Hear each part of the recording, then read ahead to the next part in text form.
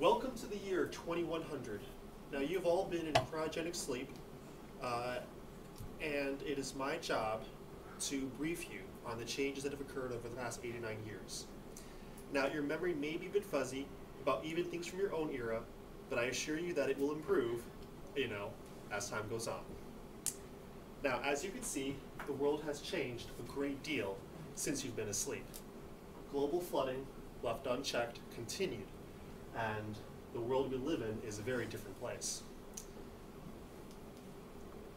This is America. Now, for your convenience, we drew out the lines of the original state boundaries from your era. As you can see, this is the Mississippi River. It is now 50 miles wide, right here along Alton. Thankfully, Missouri took the big brunt of it. It is now considered one of the world's mid-oceanic channels, and Mississippi River, now the Mississippi Sea, plays a major role in our economic movements. But maps can only tell you so much. You might be thinking, great, we now have beachfront properties. Well, the reality is unfortunately a little bit different. This is a record of a family that moved in recently to one of these beachfront properties.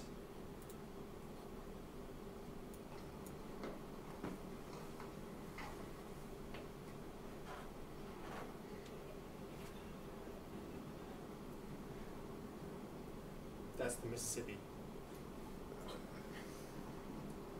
Okay, sweetheart, everything's gonna be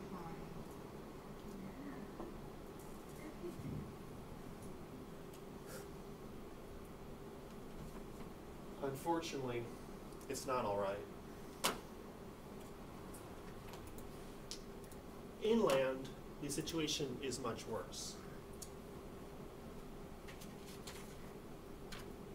This is our farmland, where we were once one of the great suppliers of grain in the world.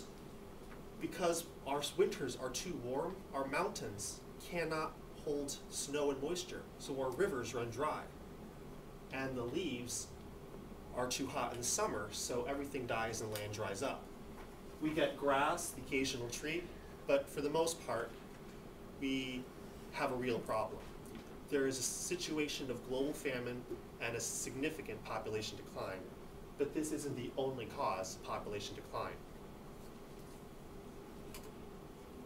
In the 1990s, in your era, the male birth rate began to decline globally. In 2006, in Canada, the cause was found to be estrogen in drinking water. One tribe from your era experienced a situation where there were only 35% boys being born in the region around Lake Huron, which is north of Detroit. Now, the policy did not change. People from your era didn't care enough. So today, women outnumber men 5-1. Unfortunately, that's not really the problem.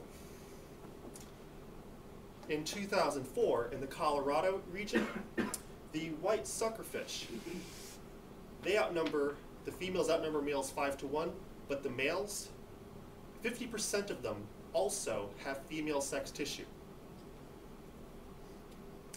The policy did not change. The cause was also determined to be the pollution, the estrogen in drinking water. So, today, there are no gender distinctions among fish, and 50% of human males are also women. The problem is being dealt with today through a strict government-controlled breeding program among those who are still chemically integral. Voluntary, I assure you. But, the alternatives are much worse. So your place in society, well, let me assure you that you will all be well taken care of if you choose to stay on site, because despite the famine, we need your biochemical integrity for the survival of the human species.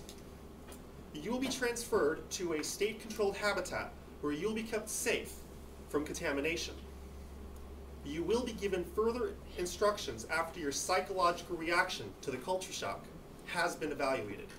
You are dismissed.